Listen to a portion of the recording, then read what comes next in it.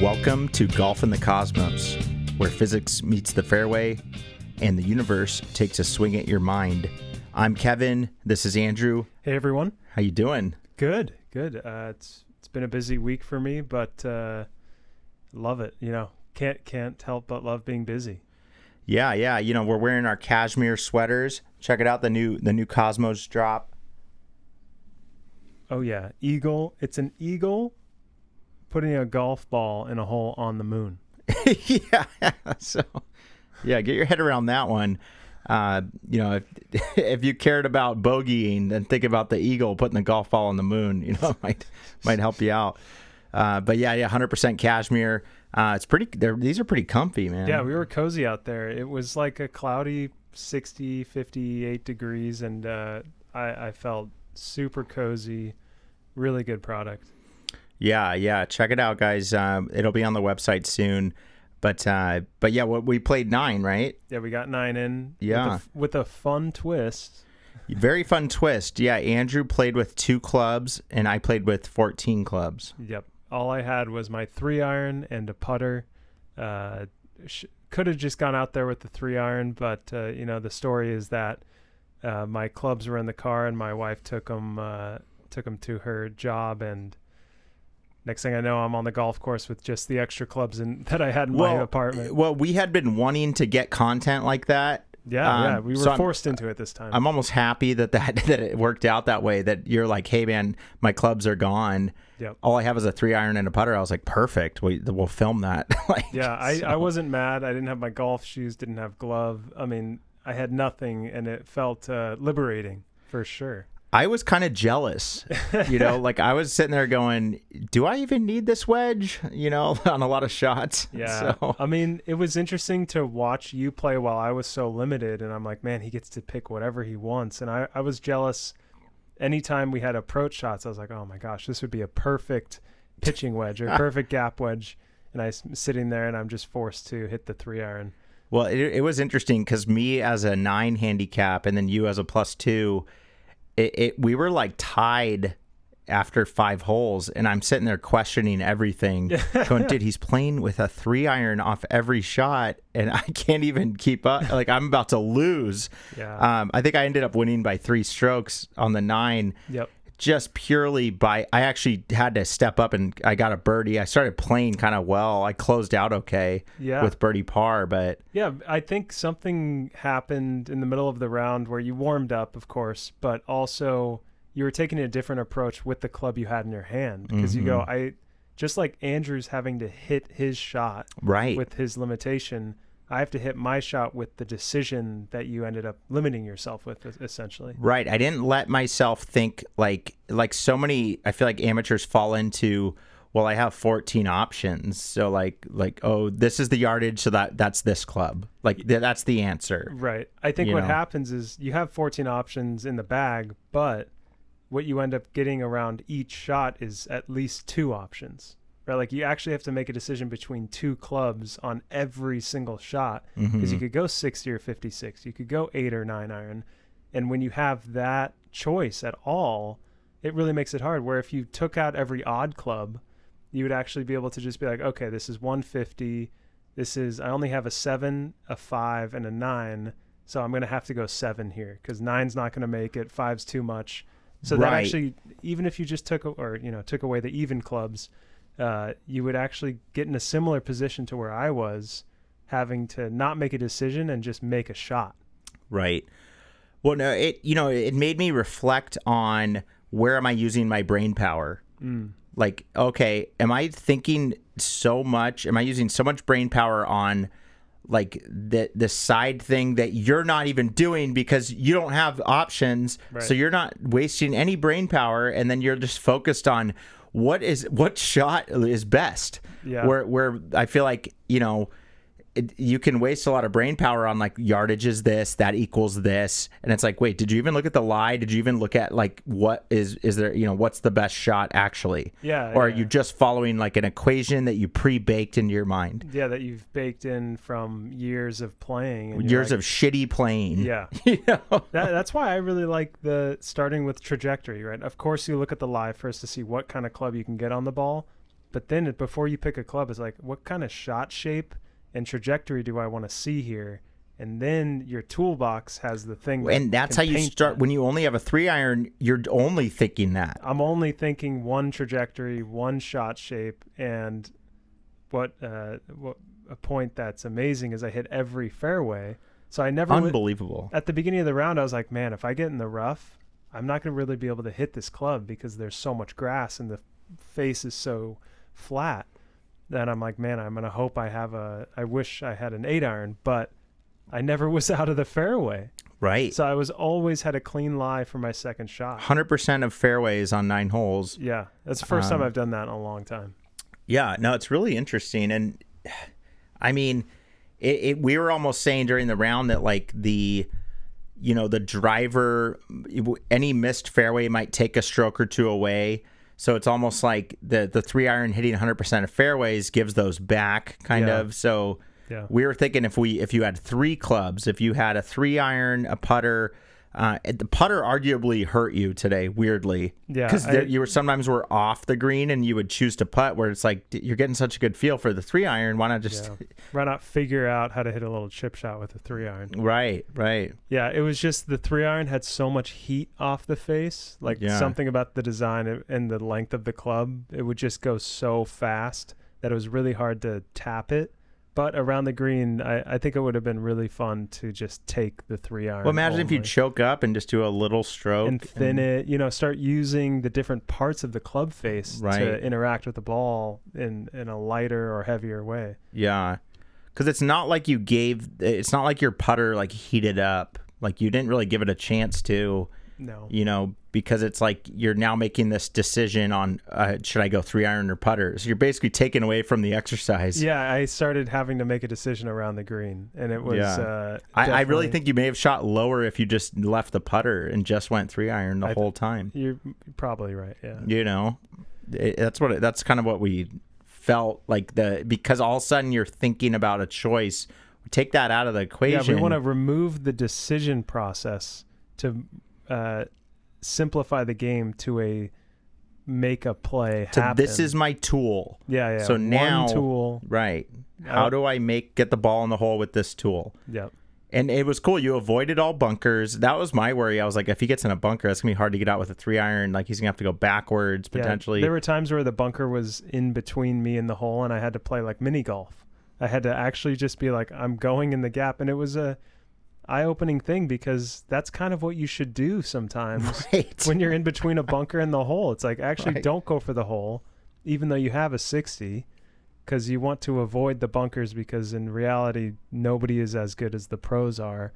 And a bunker is a half or more how many stroke. times have I hit a 60 and then it's like short and it's like in the bunker and it's like, dude, now you're getting like a 7 or an 8. But you could have aimed to the left. Right. And been on the green and 2-putter for bogey. Right. Like a huge difference in score, at least more than 0.75 strokes anytime you're in a bunker.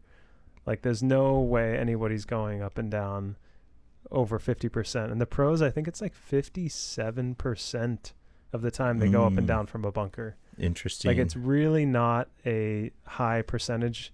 Of course, there are different kinds of bunkers, so that stat is, weighed differently. If you're missing in the wrong bunkers. Got that pretty damn close, 50 to 55%. Yeah. Yeah, so it's like nobody's good at and that's bunkers. A pro. And you watch the pros, and they look like they're hitting everyone really close to the hole. That's just what they're showing on TV. Yeah, it's the best players that they show on TV. And that kind of brings me to a whole segue of, watching golf on TV is such a lie to how these guys are actually playing. And that's why what is it called? The PGA, oh man, the thing where they just show like 2 groups play every shot.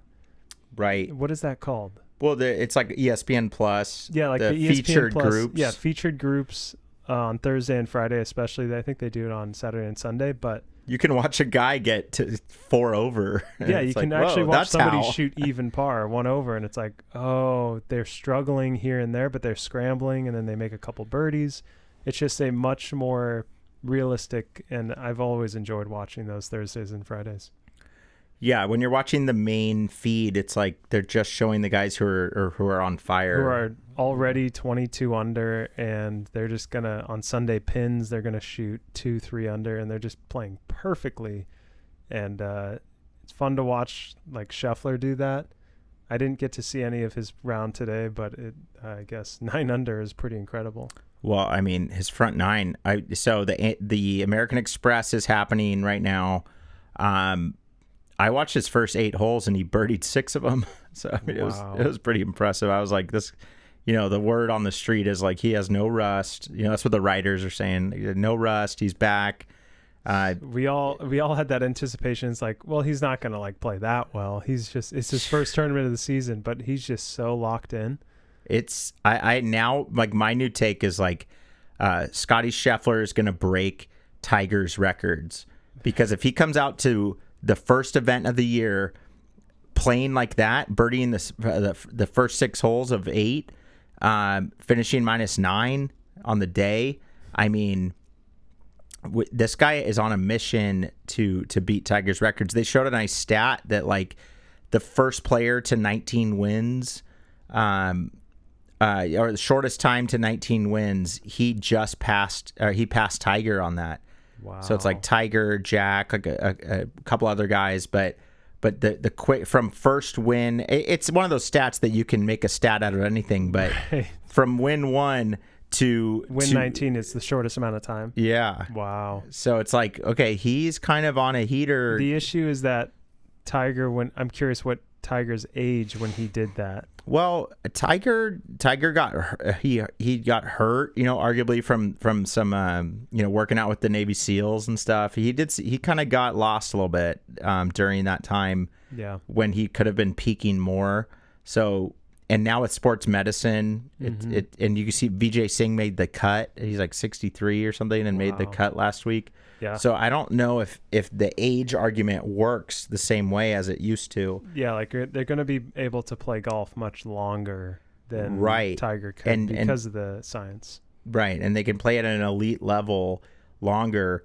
But yeah, I mean, Scotty is not only back, he is like ready to break records, and that's what we need this year. I mean, I think this could be a really fun year if he's coming out firing like that. If he wins, like say he wins like the first 4 tournaments in a row, I mean, golf will get so popular. Yeah, I mean, we're all dying for the next Tiger, and Scheffler is a carbon copy in many ways in the stats. Well, right, those records are starting to now. Like last year, it was like, okay, maybe. But now when I see him come out in kind of episode 1, if you will, day 1, episode 1, like chapter 1 of this year, and play like that, it's like, woo, we might be, ESPN might be getting paid off on that contract, because it's like they're going to sell some ads, Yeah, I mean, there's going to just be way more people watching on Sunday if it can be exciting. I mean, it starts to become like dinner conversation. Like, oh, have you seen Scotty Scheffler play? Like, he just won 3 events in a row. Oh, have you? It's like, oh, do you play golf? Like, yeah. Oh, what about Scheffler? It's like it starts to become that. Then that's what Tiger did. He became where our parents would just show us on Sunday, be like, yeah, you got to watch this guy. We were like 8 years old, going like, it was like, here, watch what this. are you guys talking about? This is incredible. Yeah. They're like, this is like history. Like, this is crazy. I bet he'll win. And they're like, oh, he did. Yeah. And it's like, didn't really matter what event it was. Even if it was a random event, it's like, oh, he's in the lead. He's on the leaderboard. Oh, now this weekend he's 5 back. Let's watch now. He wins. Yeah. This one he's 5 ahead. Oh, he's gonna definitely win. Oh no, he messed up. No, he won. Yeah. It's like it starts to get fun. Yeah. No, it'll be really cool. I mean, the more fun golf is to watch, the worse it is for betting, because like his odds are just going to be so low because he has such a high chance of actually winning every time he tees it up. So you're just sitting there being like, should I take the safe bet and have like an actually decent probability of winning? Or do I take the sleeper and hope Scheffler has a bad day? Like it's hard to bet when it's not an even playing field. Yeah. Well, it's great when the bookies start to offer field. Right. Where you can bet on anyone winning other than Tiger, and they started doing that back in the day, and some books are offering that now, like Scheffler or field. and you just take Field or you take Scheffler and you just go, I don't care. I'll make 2-1. That is, yeah, that would make sense which is crazy when you think about how hard golf is. Yeah, for someone to dominate. I mean, the domination. I'll watch his highlights tonight, but like, there's no way he's not just puring his irons. Like, to shoot 9 under. I mean, a lot of guys shot 10. I think some shot 10. Only two guys, Minwoo Lee and Cootie. Yeah, but a bunch of guys shot 9. Like, how many are at 9? Yeah, you got Whaley, Siwoo Kim. That's impressive. Scheffler, of course. S.H. Kim. Bobby Mack, -9. He's my pick. Matt McCarty, Jay Day. Now that really is nice to see. He just started like a huge YouTube channel, The Lads. Wow. So he's really getting involved in the PGA. Like, let them. My buddy sent me a video of Jay Day's channel. They let them film. The PGA partnered with his channel and let them film the practice round on like Wednesday or Tuesday. Wow. And that's like the footage that these guys don't get. Like, they can't have a guy out there filming them because of the rights of the PGA, but they partnered with the Lads. So Jay Day has like a really cool video where he plays Minwoo Lee in a practice round. Griffin, that's amazing to see Ben Griffin still. I mean, he is just red hot. I mean, honestly, if you're not betting on Ben Griffin, I mean, I don't know if he can do it 4 days in a row, but that's impressive. -9. Cantlay, -9. I like that. I have him as well. Yeah. So those are the guys. Yeah. So there's my a point good is, list. there's like 7, 8. So like, obviously all of these guys are really good, and obviously the next 3 days will tell the story, but 9 guys. Yeah. I mean, it's 9 guys shot -9. Yeah. Yeah. So Scheffler is just one of them, and he has the track record to say he's going to go on to win at this rate. But like, any of these guys are just as good, and it's the beginning of the season. Who knows what's going to happen? Yeah, but we saw that at the Sony. Some guys went super low on day one, and it's like they just can't keep it up. Right. But Scheffler's gonna keep going low because of his track record. Yeah. No one else has that track record. So yeah. And the pressure starts to build as you start stacking on birdies, and you're touching 14 under after 2 days. It's like, holy cow.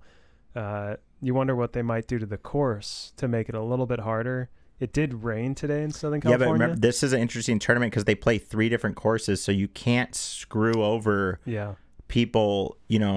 You can't screw over someone on the next day just because they're on a different course. Okay, so you're right. So the cut's on the 3rd day. Oh, they don't cut till after the 3rd day. Till Saturday night. Yeah. Okay, then we don't know. It doesn't say what course they played. I think it might on the PGA app.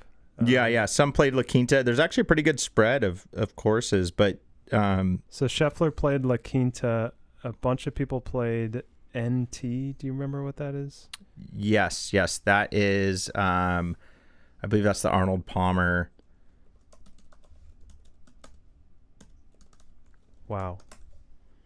Bobby McIntyre. Yeah, the NT course is the Nicklaus Tournament. Got it. Okay. Course. It's all right around the same area. So it's they're PGA West. They're both PGA West. Right. Stadium course and then Nicklaus Tournament course. God, you look at all these scorecards for 9 under, and you're like, how is that even possible? He birdied. McIntyre birdied his first 5 holes and then made a bogey on a par 5. What course did he play? He played the Nicklaus Tournament. Wow. Yeah, so I mean, it means all courses are scoreable except the Stadium, because only Jason Day played the Stadium and shot 9 under. So he shot the low round on the course he played. See, I like that as a pick then. Yeah, because it's like. And guess where they play Sunday? Yeah, the Stadium course. So he's tuned for that course. Who knows if it fits his eye or he was just playing well. And but like, yeah, that's a good idea. If the odds like don't favor him at this point, then that's a good pick for sure. Right.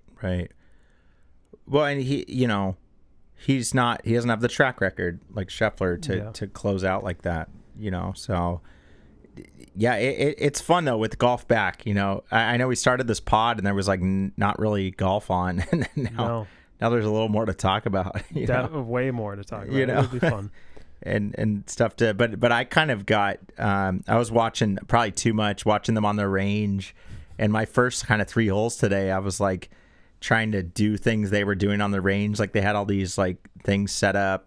One guy had a bunch of training aids, and I just like fired a shot left deep. I'm like, oh, what am I like? Let's get back to like, the basics here. What are we doing? I mean, I think what I saw in your game today was really consistent hits in the center of the face. Like there were maybe 3 shots that were bad, but like other than that, you were hitting really good shots, led to your 5-over, right? Yeah, and like that front 9 is not an easy. There's 3 par 5s, which can be challenging, and like you performed out there, and I just think you were hitting really solid shots. I'm trying to remember like where you lost strokes, and a little bit of short game, but you did leave yourself in the right spot on a lot of holes. Yeah. I think you're right on hole 3 when you just bombed one way deep left. Yeah, that was crazy. Like that was the wrong swing to do there.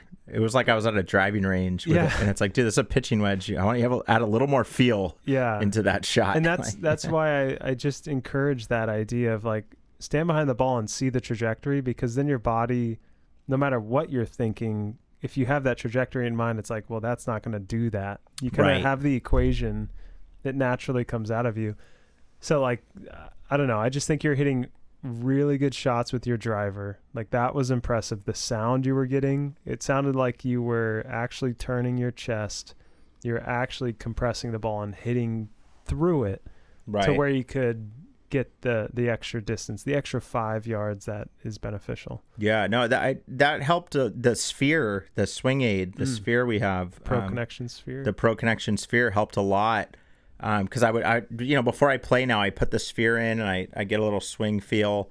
So there's a link, there's a video and a link on golfinthecosmos.com to that swing aid. It's probably one that we back the most. We're not actually sponsored by them, but we just really like it. Yeah, I think it really helps the chest turn on the way back. And in our recent clip of the lesson I gave on compression, I mentioned it's like, yeah, if you can't get your chest turned back, you're not really going to get the extra speed, and your chest has to turn through as well. Mm-hmm. And so if you're never moving anything, I mentioned how if the balance stays the same, there's no way to get that shift, which is necessary to get ball speed.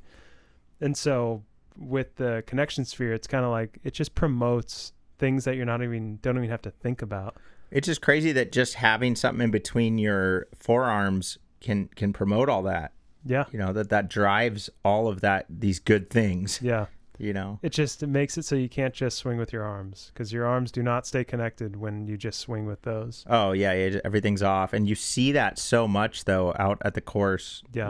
When you see amateurs just fatigued or whatever, and they're not using their whole body. Yeah, I mean, it's usually on the first tee or at the beginning of the round, if they set themselves up without the core and the foundation, they're just swinging with their arms, and you see a big slice or a big hook, and it's like, it's because you're trying to like do this tiny finesse thing, but if you just move it back away from your fingers and your arms into your core and your legs, like the club is designed to turn over. It's designed to be held in your hands. Like there's you're just fighting everything that's the way it's supposed to be. Yeah, no, I think it's a really good step too that that you got that lesson posted. I mean, I think it's a beginning of a new series, right? The Try Thinking Deeper lesson series. Yeah. We clipped it on Golf in the Cosmos, but you have like a longer form video. Yeah, coming, really right? a 30-minute video that will be published, and the idea is that instead of thinking, wide, right? Instead of thinking like surface level, like, oh, here's one little tip that like might help with your game, right? Which more long form, like a podcast, right? Where our buddy mentioned, he's like, dude, I've been watching like clips on Instagram, and like you think it's gonna work, but then it just like is so generic, and these guys are hitting perfect shots. So like, what are you supposed to learn from that?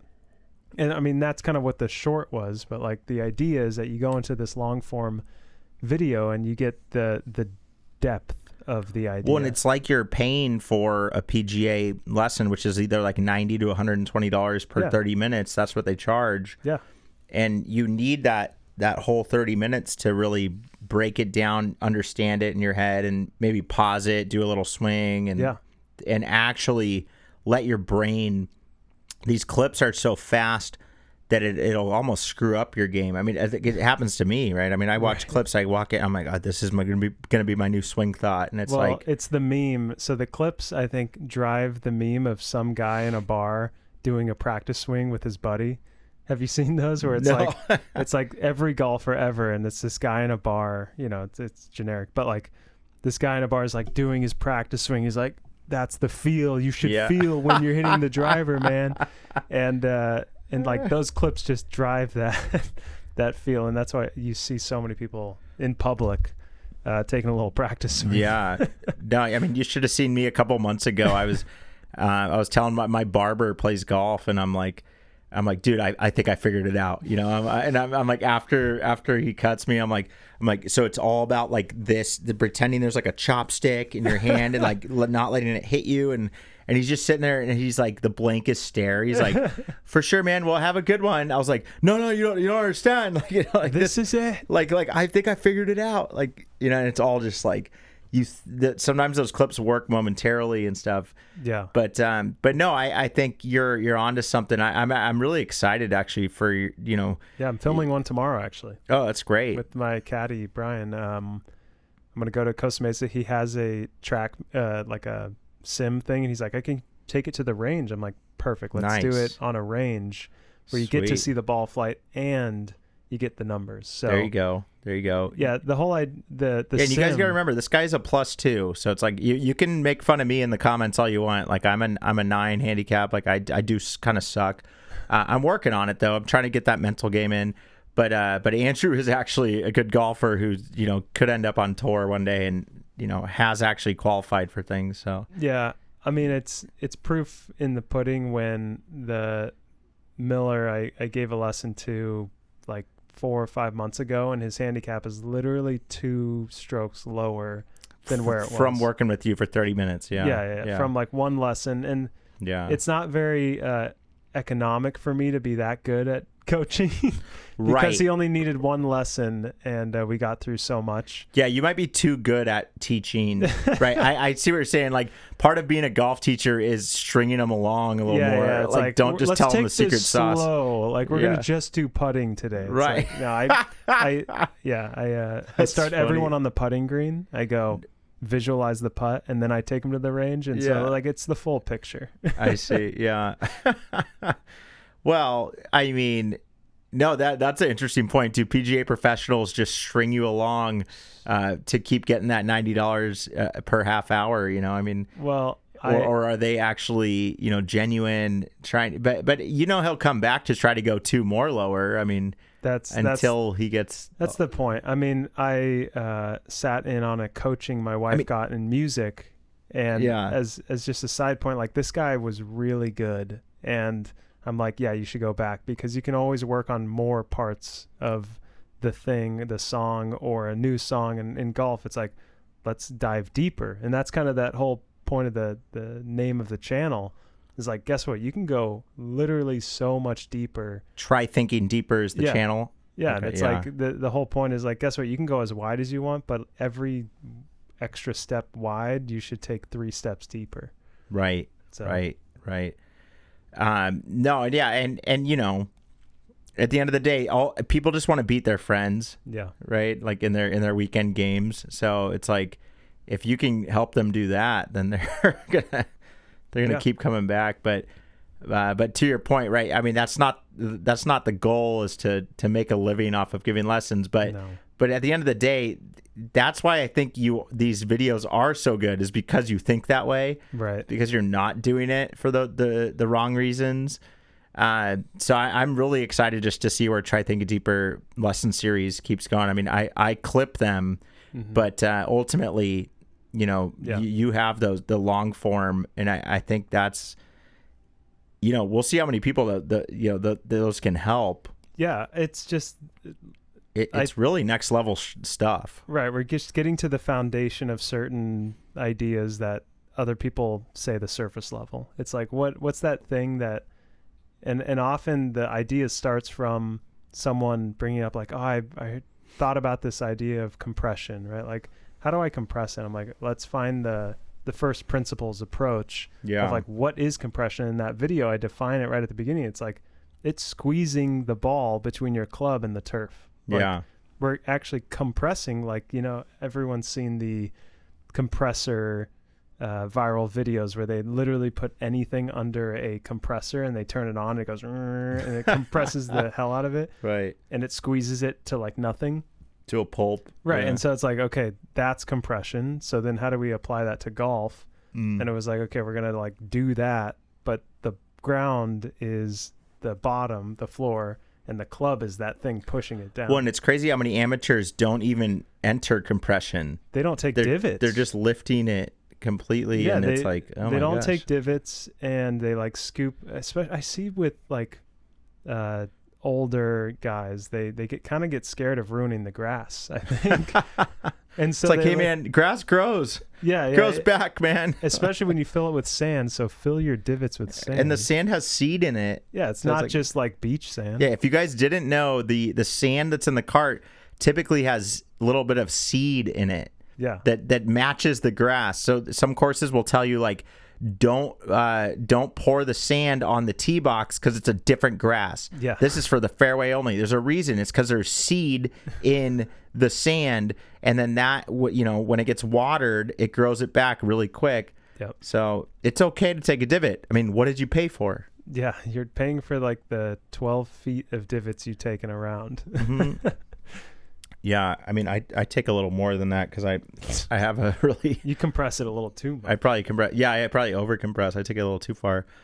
But no, I mean, it's just you're just so good that like I feel like if you had like 3 more 9-hole rounds, you'd beat me with the 3-iron. Like, yeah, you could actually take me on. You're about to calibrate it. You just don't have enough time to do it. My shot on 9, the 3-iron's hard to figure out how to get it in the air with a soft swing. I feel like the 6, which is Thad Daber's record, by the way. It makes sense. I feel like you would have beat me today in 9 holes if you just had a 6.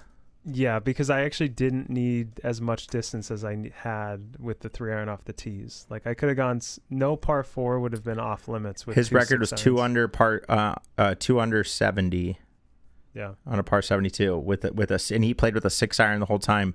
So that's our next. I mean, I really think if you had a 6, you would have smoked me. Like, yeah, that's all you needed. I mean, it just would have made it much easier on the approach shots, and the 3s, you had too many that rolled over through and past the pin. Yeah, and it was like, dude, if that's not going in, that's going past. And it's like, oh man, yeah. And then so past subtle. the green, we've talked about how there's no design app back there, so you're just kind of in no man's land. Mm-hmm.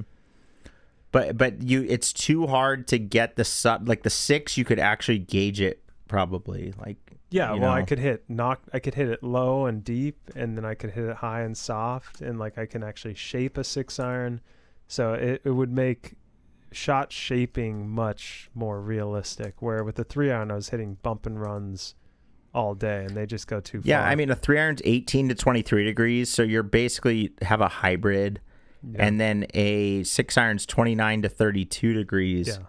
So you're getting much closer to that, 48, 9-iron. Yeah, I mean, it wouldn't go 32 degrees. It wouldn't go 225, 230 off the tee, but it would go 200. And it would probably cut it all in half perfectly. That's especially at Los Lagos. It would be like I think any course. It would cut par 4s perfectly in half. It's like 180, 180, because 180, 180 is 360. So yeah, it would be pretty much cutting a 400-yard par 4 in half. Yeah, and then you can like close the face to make it like a 25. I could play these like tight draw, like these big draws that just go an extra 210. Right. And then hit a high cut to go 150. Like that's how vast a 6-iron can go. Well, that's what 29 to 32 degrees gives you. It's like it's close to that 45. It's like perfect for golf because you can kind of lean it one way or the other. Yeah, you can open and close. Where with the 3-iron, no matter how much you open, the sole of the club has a certain bounce on it, and like you start hitting the back of the club on the ground. Yeah, you start to lose that edge. Yeah, if you had a 0 bounce 3-iron, you might be able to figure it out. right. Because it would be like shaved off. Open your stance a bunch or close it. Yeah. Right. Physically, there would be a way, but the bounce throws that off. Yeah, it's interesting. Yeah. Yeah, that'll probably be a good video, is discussing like wedges, because you figured out something with wedges today, where instead of just going full swings with like the idea that, okay, I might take a little bit off this, but then pick the other club if it's too far, you actually started to relax your arms and let the club do the work. And you found that like they were flying way straighter. Way straighter. The face didn't get screwed up. Right. Which is what matters on a wedge, is like that face needs to be perfect. And I was able to save par from some that were short, and I almost saved par from it's like, it's just, for me, there was no point of trying to, because when I would full swing it, I would like miss it. Sometimes I would miss it completely because you're swinging so hard. Right. Thinking that it's like, you're just gonna, it just never worked out properly. So. Yeah, you start messing with the face when you're swinging hard. Yeah, the face gets way off. I mean, you should slowly move that back to your 9-iron, to your 8-iron. Like, take that feeling across through the clubs and see how you can connect that sensation, because that's really how every club becomes once you get close enough to it. Yeah. Because the release those shots had, I was like, that sounded like my shot. With a wedge. I was like, that softness but center of face hit has so much control and power that like when I hear it hit the club really hard and it's like bang and I see it go flying, I'm like, the spin's all messed up. Yeah, you swung just too hard. Like the weight of this club is actually going to send it the same distance you just hit that with ease. And that's what I saw with Miller last week when he wasn't swinging hard, but it was going an extra 15 yards with an 8-iron. I was like, he figured it out. He figured out that sensation of like relaxation leading to actually more distance. Yeah, no, I'm due to beat him. He's beaten me by like one stroke the last couple times we played with questionable drops in the round. Yeah. I'll be honest, but and Miller, you know exactly what I'm talking about on those holes. But But again, I need, like, how I hit those wedges today felt really good. And I agree. I mean, I think that's nice to hear that you noticed that, because I consciously was like, I'm done doing this full, swinging because it's 100. If it's 90, I'm hitting a full 60. It's like, dude, I'm going to go a 50 and do a half swing or a 3/4 and then watch it just go straight. And if I get the distance wrong, that's on me to go to the range. And check those distances. But the straightening it out stuff, that's scary if you're full swinging, because it's like, dude, you can go to the range and work on that for a lifetime and you'll never get that on. No. No. That's why the foundation should be that like sense of throwing the ball with a wedge. But I mean, you're totally on the right track with that. And you're totally right that like you go to the range and you see everyone swinging really hard. Like, why is everyone swinging so hard on the range?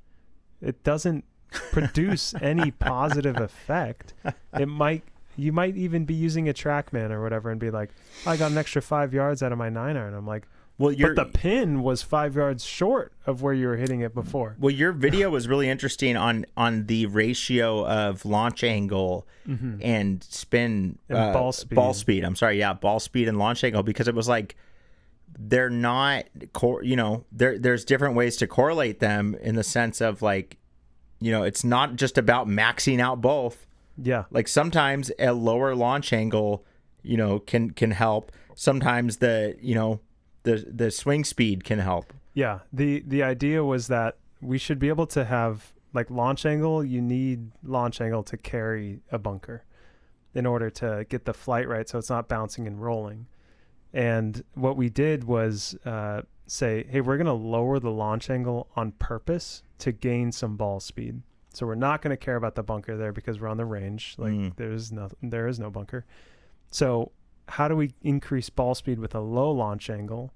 And then we're going to apply the launch angle after we increase ball speed through compression. But it's like one thing at a time. Yeah, we removed the idea of, oh my gosh, there's a green with a bunker in the way. I have to carry that. Okay, I got to lift up and hit it high. Like that was not the solution, even though it is the first point that you arrive at when you think about how to get there. How do I get it over the bunker? Okay, I lift up a bit and like throw it high in the air. It's like that's the intuition, but this game is counterintuitive.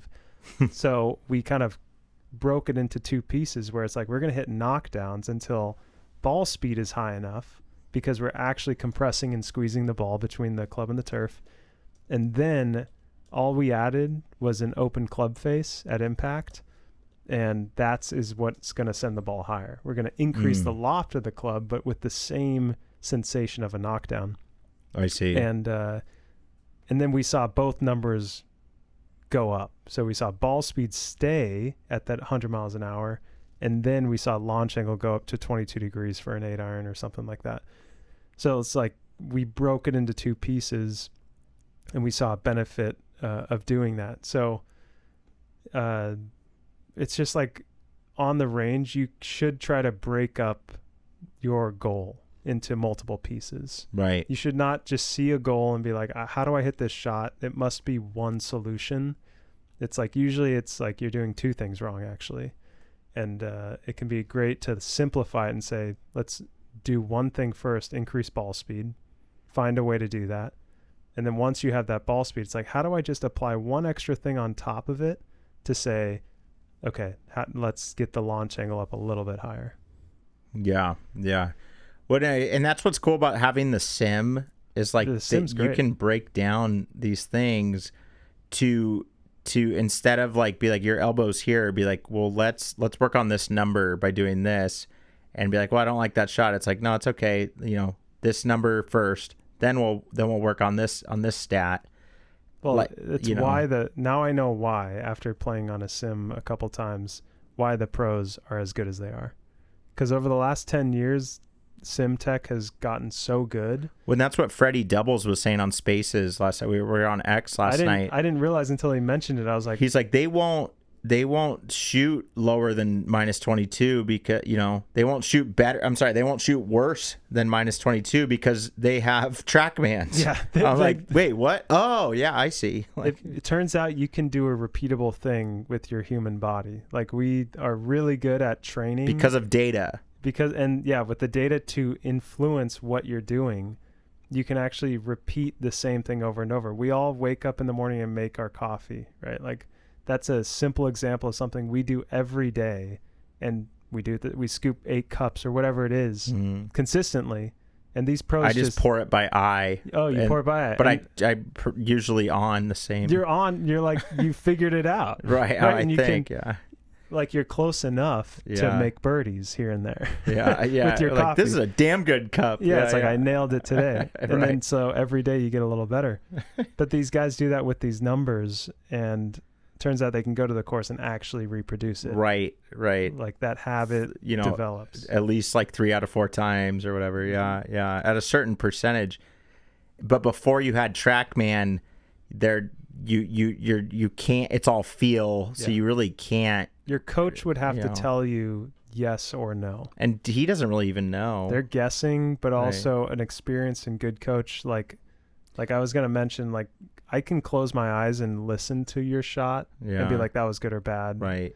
And so these super experienced coaches could be a mile away and be like, you lifted up your knee or whatever. Yeah. Our buddy that joined last night, Freddie Doubles, had a cool tweet that was like, I can see their setup and just call, and I know if they're going to hit a good shot or not. Right. Like, and it's kind of true. It's like, you don't even need to see the shot. No.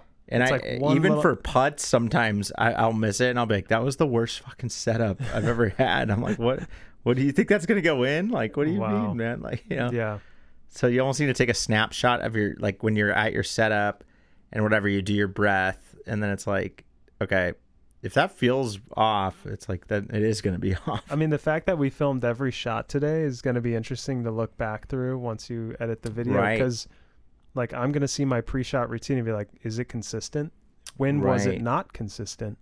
And be like, did I miss hit the shot there potentially because it wasn't consistent? Yeah. But like my tee shots, I'm pretty damn sure if I watch back on those videos, I did the same thing every single time. Yeah. And I pured my 3-iron every single time.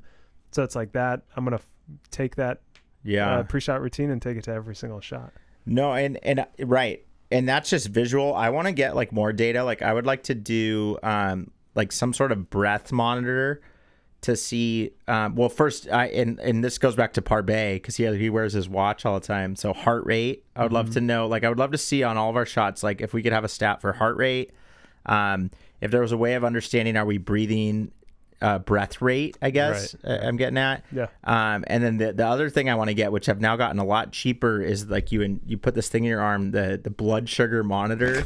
So it'd be like, I fucking double bogeyed. Be like, dude, your blood sugar fucking went down so much. Like, you should have eaten a granola bar. You know, like at what point was my blood sugar spiking or dipping? Yeah. You know, so those three things, you know, I would love to see like what was my heart rate, what was my blood sugar at, and then what was my breath rate, and then that, you know, what equation of those three things made me get a triple bogey. Yeah, and I guess the final metric is score, right? like right. Well, score. then you tripled because, and it's like, because to me it's like those are the final, and then the trackman, of course. Well, on top of that, but the trackman needs to add in a little blood sugar, like little needle. You know, like we just need a few more stats.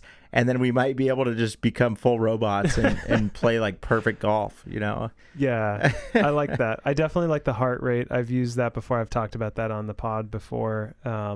Tracking it, I wouldn't hit a shot unless it was under like 105 beats per minute. Because you're wearing an Apple Watch? I was wearing a Fitbit because it tracks it constantly right on there, and it was really easy to see.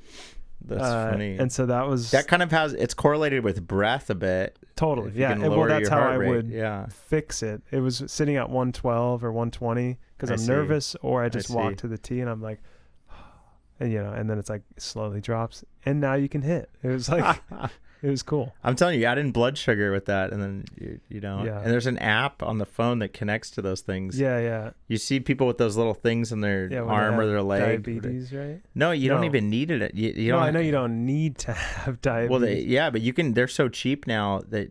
But it is weird because it's a permanent. It's a thing that's in you temporarily. Right. You like put tape over it. Yeah, it has like some tape. But it's actually testing your current blood sugar level. I'm sure somebody's tried it or thought about doing that. Maybe it's worth an experiment.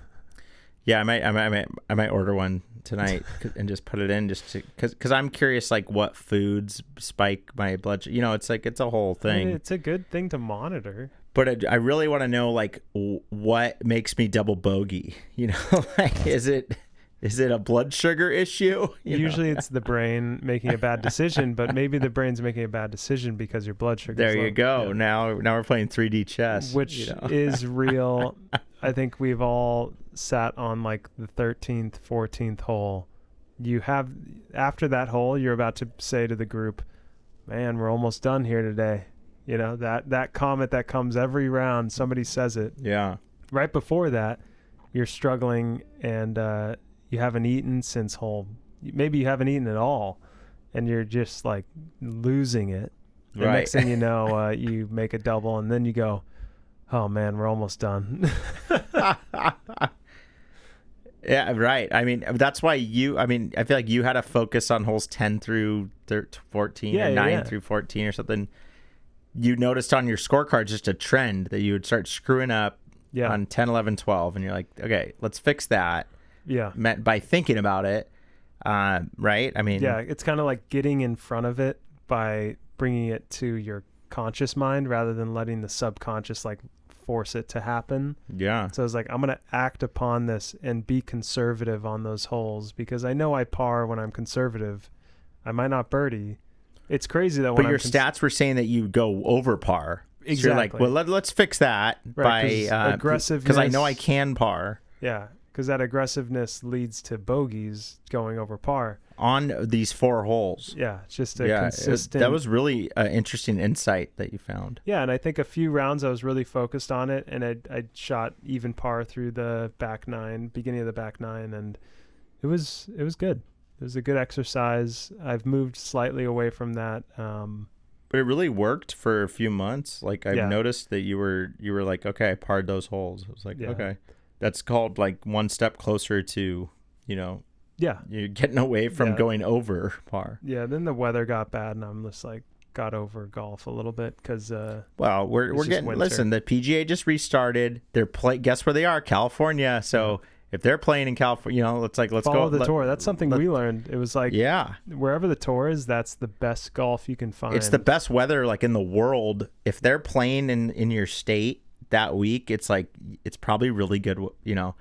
There's a reason they planned it for that. Like Palm Springs, this is perfect time to be in Palm Springs. It's like, let's go, when they're at Pebble, it's like, that's a perfect time to be at Pebble. Like, let's go. Like, when they're in Arizona next week, it's like, guess when the right time to play in Arizona is? Next week. Like, not in July. No. Okay? Like, no, it's a big difference. So, we did learn that they... If you want to play good golf, you can go fly around with the tour. Yeah. Guess when a good time to go to Hawaii is? Like, last week. Like, when they were in Hawaii. Like, it's, you'll have a great time, and the weather's going to be good. Oh, yeah. So yeah, I mean, for the rest of this tournament, I don't think if Scotty wins, I mean, it will just everyone. He'll do his. I really hope he does. Yeah, because golf needs that fire.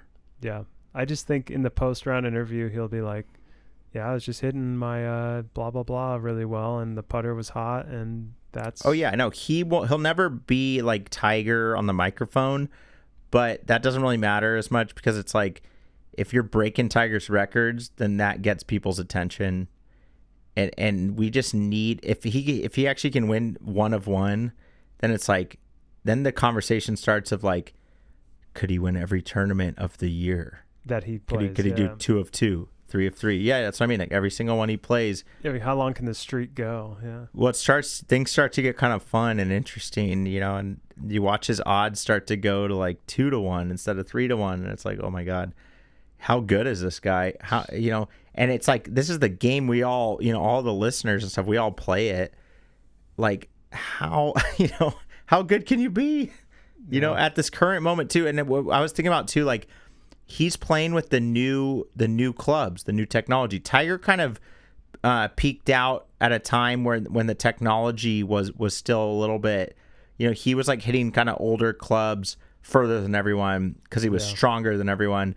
But now it's like the technology is caught up. I mean, we've almost peaked out with technology where they're trying to do almost a rollback. Oh yeah, right. Like they want to be like, can we make their golf ball not go as far as the ones we sell? And it's like it's a very controversial issue for sure. But when you see a guy like Scotty, if he can actually if he can go 4 days in a row and shoot -9 every day and blow everyone away, it's like, how are you figuring this out with the same tech? Mm-hmm.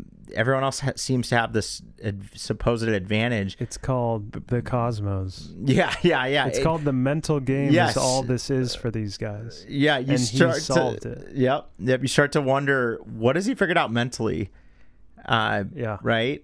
Like, and it's like, is that how I can beat my friends? Like being, mentally. It is in the long run. It's how you beat anyone because other people will literally quit the game before you do if you are more in the cosmos. Yeah. And it's just like that. You can only do so much physically and with tech and everything, but like that extra 20% layer or whatever it is truly just comes from the mental performance. Yeah. I mean, these guys all have access to the same, technology that he does. But so that's why I love seeing a dominant figure because you can clearly point out this guy's thinking differently. Yeah. This guy's thinking deeper. This guy's in the cosmos. So yeah, exactly.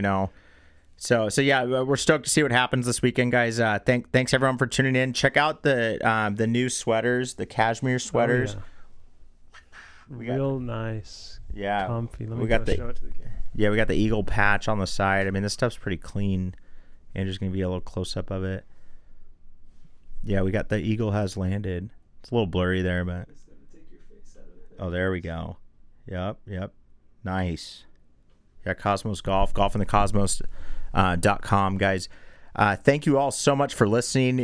It's really been fun. Some of the fans we've been meeting and stuff has been great. We had a great little discussion on Spaces on X last night. Yeah, I think we'll continue. I think that's a great way to do that. The betting, the pre-tournament stuff, because now that we're in the season, there's some of you guys like to bet on golf. We get that, and so do I. Come and chat about it. Bring your ideas. Yeah. So we'll let people on that. So follow Golf in the Cosmos on X. But again, if you're with us, thank you so much for following us on this journey. We love you all, and we'll see you out there on the links. Peace. Thanks, Andrew. Peace.